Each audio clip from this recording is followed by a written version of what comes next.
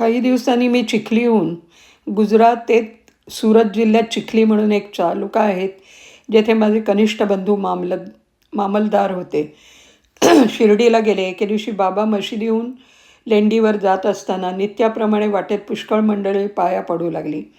मीही पाया पडण्याकरता बाबांचे जवळ गेले. सर्वजण पायावर डोके ठेवून पाया पडत, त्यामुळे बाबांना साहजिकच त्रास होई व मग ते लोकांच्या अंगावर ओरडत व म्हणत, पायावर तास तास डोके ठेवून पाया पडायला पाहिजे? वा दूर, जा निघा इथून. दुरून पाया पडले तर पाया पडणे नाही का होत? मी मनात म्हणाले की खरंच दुरून पाया पडले म्हणून काय झालं? दुरून पाया पडले तर नाही का बाबांना पोचत? आपण आपले दुरूनच पाया पडत जावे. दुसऱ्या दिवशी मी नित्याप्रमाणे वाटेत पाया पडायला गेले तर बाबा माझ्याकडे बघून म्हणाले, आपल्याला काय लांबून पाया पडले तर पोचत नाही की काय? आपण आपले दुरूनच पाया पडावे. मला खूण पटली व मग मी दुरूनच पाया पडू लागले. आपली नम्र भगिनी आऊताई देव उर्फ पार्वतीबाई ओझरकर.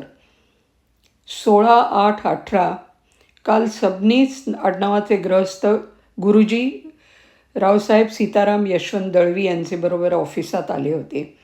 हे सबनीस शिर्डीस महाराजांचे दर्शनाला गेले होते. निघताना त्यांच्याजवळ पैसे नव्हते. त्यांनी काही मंडळींना मागितलं पण कोणी दिले नाहीत. फक्त बापूसाहेब जोकांनी 1 रुपया दिला. महाराजांजवळ त्यांनी मागितलं. महाराज म्हणाले, अल्ला बहुत देगा. कोपरगावास ते चालत गेले. त्यांनी स्टेशन मास्तरला आपली स्थिती सांगितली.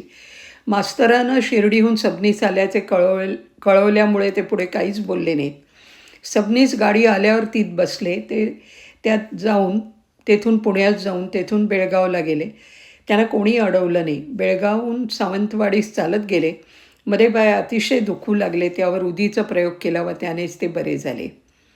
पुणे शहरचे रहिवासी रावसाहेब काशीनाथ शंकर डुबे यांचे चिरंजीव रावबहादूर घुनाथ डुबे यांचा श्रीचा अनुभव खालीलप्रमाणे आला आहे. पुणे शहरी सन 1913 ते 14 साली प्लेग झाला. त्यावेळेस शहरातील जवळजवळ सर्व माणसे बाहेर राहण्यास गेली होती. परंतु दुबे यांनी श्री चरणांवर भरोसा ठेवून आपले गणेश पेठीतील बिराड हलवलं नाही.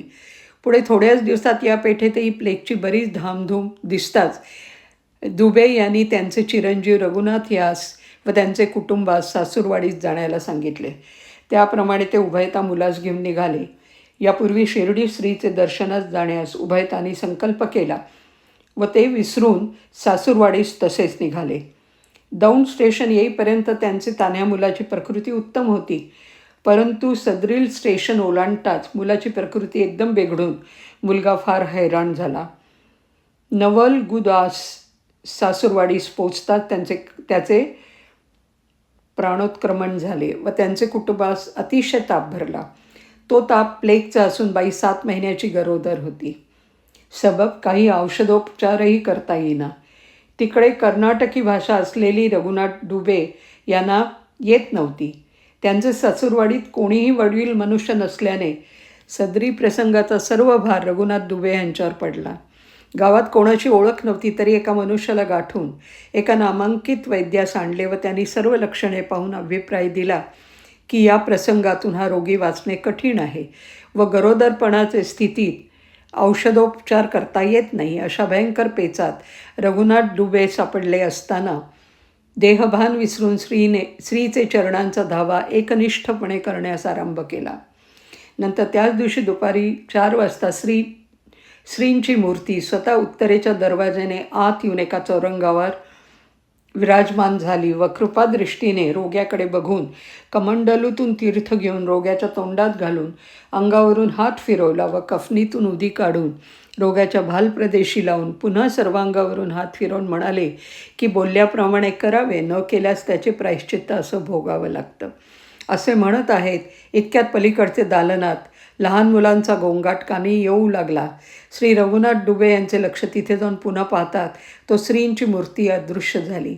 हे पाहून त्यांचा कंठ दाटून आला व वृत्ती साशंकित झाली की ज्यांचे आपण इतक्यात चिंतन करीत होतो व ते आल्याबद्दलचा फक्त भास झाला असावा, परंतु रोग्याच्या भालप्रदेशी उदीचा पट्टा दिसला तेव्हा त्यांची खात्री झाली की स्त्रीची स्वारी स्वतः आली होती.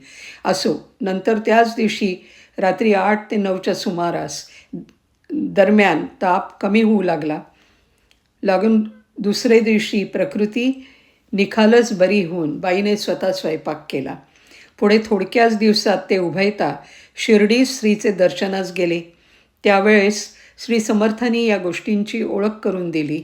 त्याचवेळी पद म्हणण्यात आले ते, देह जाहो अथवा राहो श्री गुरुपदी माझा पूर्णची भाव, सदानंद सुखदायक गुरुला प्रेम भावे पूजिन त्याला, पूजुनी त्यास हृदयी साठविले निजरूपी मन गुंगची झाले, त्या पूर्ण ब्रह्मा हृदयी साठविता सहजची मुक्ती मिळेची तत्वता, दास म्हणे त्या गुरुपदासी अहोरात्र स्मरणा लावीन मनासी.